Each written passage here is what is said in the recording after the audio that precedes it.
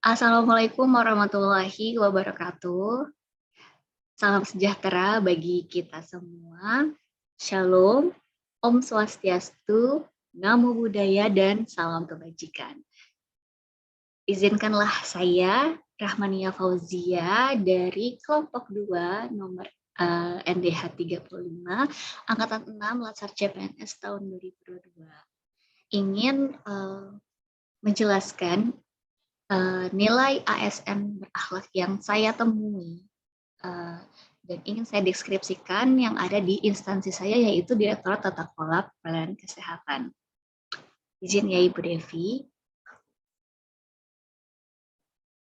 Untuk core value ASN sendiri, kita sebutnya berakhlak, yang merupakan akronim dari yang pertama adalah berorientasi pelayanan, yaitu komitmen memberikan pelayanan prima demi kepuasan masyarakat.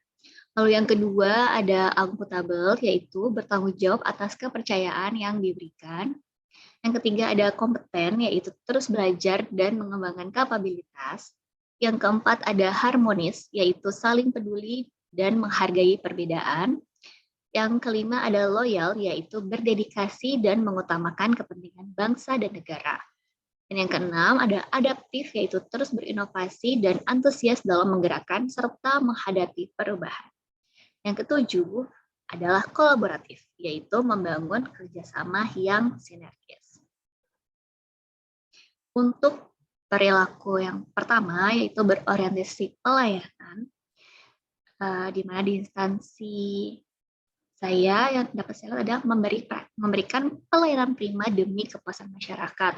Contoh praktiknya yaitu memberikan pelayanan prima dalam rangka penetapan rumah sakit pendidikan yang dapat dilakukan dengan memiliki komunikasi atau hubungan yang baik dengan para stakeholder yang terkait, seperti ARSTI atau Asosiasi Rumah Sakit Pendidikan Indonesia, lalu juga dengan AIPKI, Asosiasi Institusi Pendidikan Indonesia, Rumah Sakit Pendidikan, Dinas Kesehatan Provinsi maupun Dinas Kesehatan Kabupaten Kota. Berikut merupakan contoh pertemuan bimbingan teknis dengan Rumah Sakit Pendidikan di Sumatera Selatan. Jadi ini bisa jadi salah satu contoh bentuk pelayanan prima yang kami berikan. Lalu poin berorientasi pelayanan yang lainnya adalah ramah, cekatan, solutif, dan juga dapat diandalkan, di mana untuk di mana hal yang dapat saya lihat itu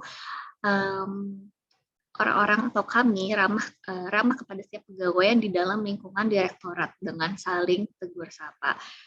Jadi tidak ada gap antar senior junior pegawai ASN maupun yang honorer. Yang kedua adalah cekatan dalam memenuhi permintaan data atau panggilan meeting. Yang ketiga itu solutif dalam setiap masalah yang dihadapi, misalnya ketika ada masalah surat yang berbentuk SITO atau segera, itu kami bisa menggunakan aplikasi TNDE. Kemudian dapat diandalkan yang tentunya terlihat dari datang ke kantor tepat waktu dan juga pulang tepat waktu. Berikut merupakan salah satu contoh meeting mendadak yang kami lakukan di jam 7 malam dalam rangka membahas academic health system. Oke, poin selanjutnya adalah akuntabel, yaitu di mana menggunakan kelayakan dan barang milik negara secara bertanggung jawab, efektif, dan efisien. Sebagaimana praktiknya di kantor, kami menggunakan fasilitas kantor seperti komputer, printer, scanner itu secara bertanggung jawab dengan tidak menghabiskan banyak kertas dan juga mematikan alat elektroniknya setelah dipakai. Kemudian poin akuntabel selanjutnya adalah melaksanakan tugas dengan jujur, bertanggung jawab, cermat, disiplin, dan juga berintegritas tinggi. Yang pertama, contoh praktiknya adalah kami menjalani tugas visitasi rumah sakit pendidikan sesuai dengan jadwal yang sudah ditetapkan bersama. Kemudian kami membuat laporan berita acara penetapan rumah sakitnya dengan baik dan juga tepat waktu.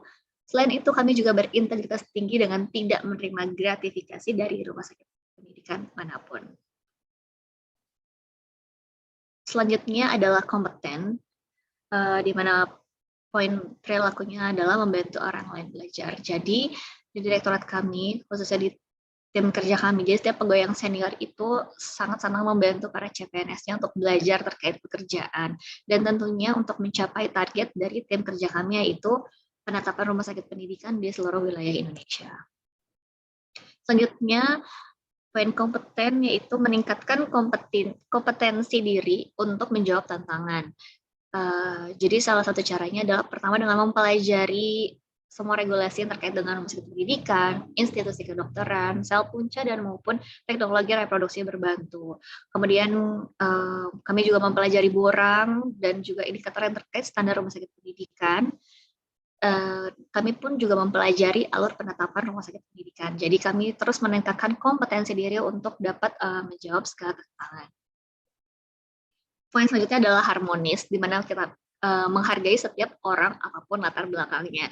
Jadi di Direktorat Tata Kelola Pelayanan Kesehatan ini beranggotakan kurang lebih dari 56 orang di dalamnya yang terdiri dari 5 tim kerja dan 1 subbagian umum.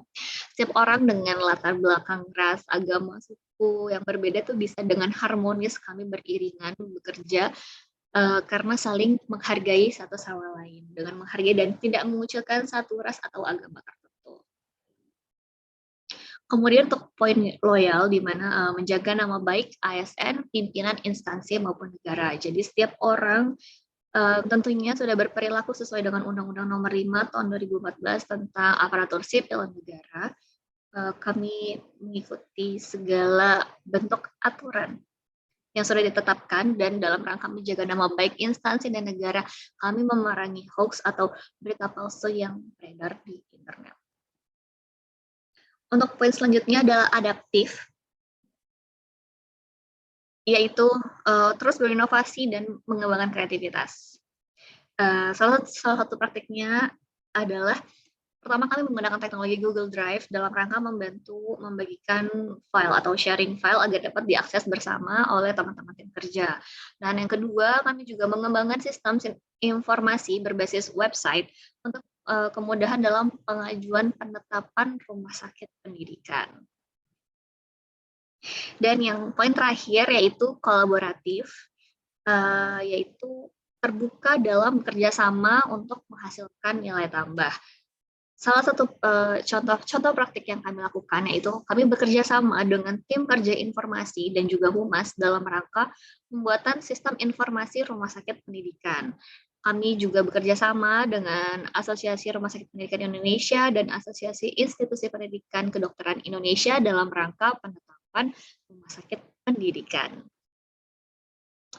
Ini contoh saat kami meeting bersama dengan tim kerja informasi dan humas terkait pengembangan sistem informasi tersebut. Jadi ini salah satu foto meetingnya.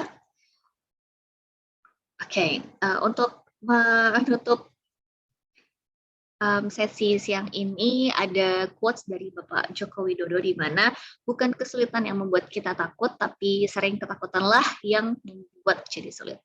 Jadi jangan mudah menyerah.